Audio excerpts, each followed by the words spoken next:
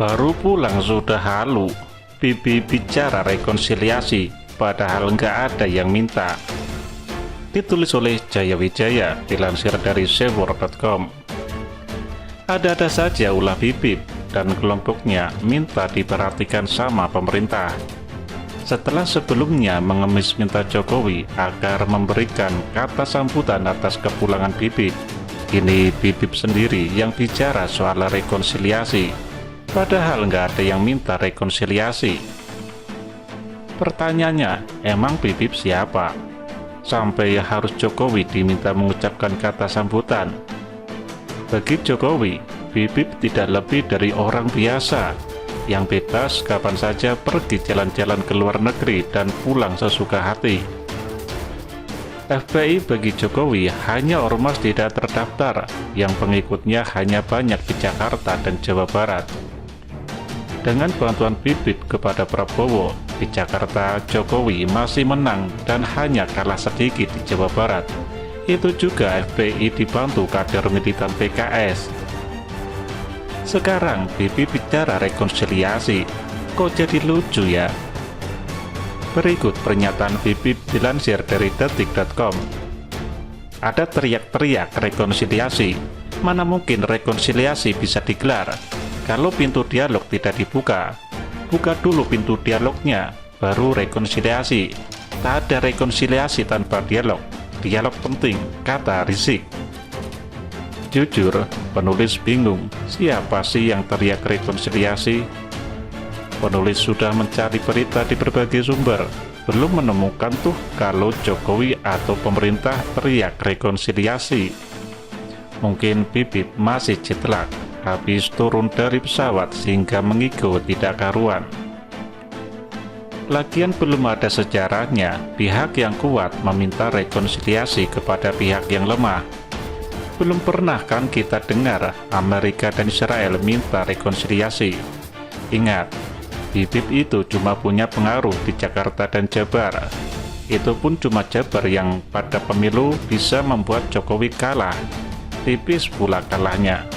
Beda dengan kekalahan Prabowo di Jateng yang begitu lebar.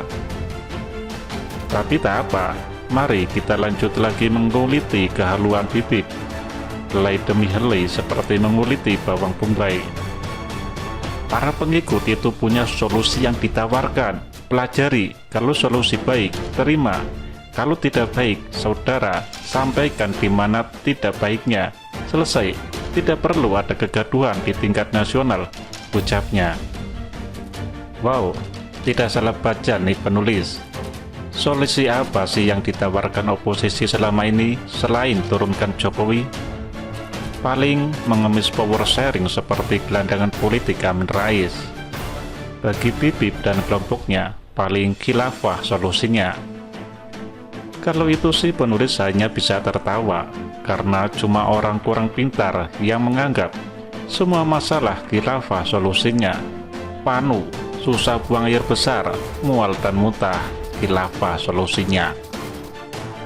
Kita siap berdialog kapan saja, tapi stop dulu kriminalisasi ulama. Stop dulu kriminalisasi aktivis, tunjukkan niat baik. Kalau mau dialog rekonsiliasi, ahlan wa sahlan, ucap Rizik. Nah, ini lumayan menarik. Siapa sih ulama yang dikriminalisasi? Nanti kita akan bahas daftar-daftar ulama yang menurut Bibip dikriminalisasi. Yang pasti, kriminalisasi itu jika seseorang, termasuk ulama, tidak berbuat kriminal, lalu dijerat kasus hukum. Jika berbuat kriminal lalu dihukum, itu sih bukan kriminalisasi ulama, tapi mengulamakan kriminal. Oke, mari kita lihat siapa saja daftar ulama yang katanya dikriminalisasi. Bebaskan dulu para tokoh kita. Masih banyak ulama kita yang saat ini menderita di penjara. Bebaskan Ustadz Abu Bakar Basir, Habib Bahar bin Smith. Bebaskan dulu Dr. Syahganda Nainggolan. Bebaskan Bapak Anton Permana. Bebaskan Jumhur Hidayat. Bebaskan dulu, kata Rizik. Oke, yang pertama, Abu Bakar Basir ditangkap era Soeharto karena menolak Pancasila sebagai asas tunggal. Lalu ditangkap lagi era SBY karena kasus rencana teror. Di mana kriminalisasinya? Lagian lucu, ditangkap era sebelum Jokowi, kok dikaitkan dengan pemerintahan saat ini? Kedua, Habib Bucari alias Bule Cat sendiri ditangkap karena berbuat kriminal, memukuli anak-anak dan sopir taksi, bertindak seperti preman, lalu ditangkap, kok disebut kriminalisasi? 3. Sisanya ditangkap karena provokasi saat aksi demo Omnibus Law yang berakhir rusuh. Dan polisi memiliki barang buktinya berupa percakapan di media sosial. Isinya memprovokasi massa untuk melakukan penjarahan toko warga keturunan hingga merencanakan untuk mengulang aksi kerusuhan Mei 98.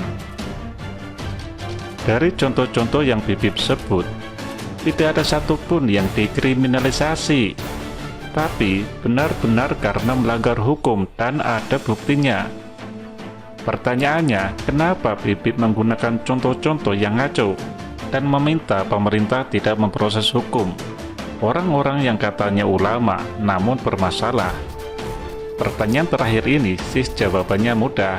Sebenarnya Bibip meminta agar pemerintah mencabut semua status hukum beliau. Namun malu jika berbicara langsung, dirinya yang terjerat 9 kasus hukum. Dalam politik ini disebut taktik proksi, menggunakan orang lain sebagai alat kepentingan seseorang atau suatu kelompok.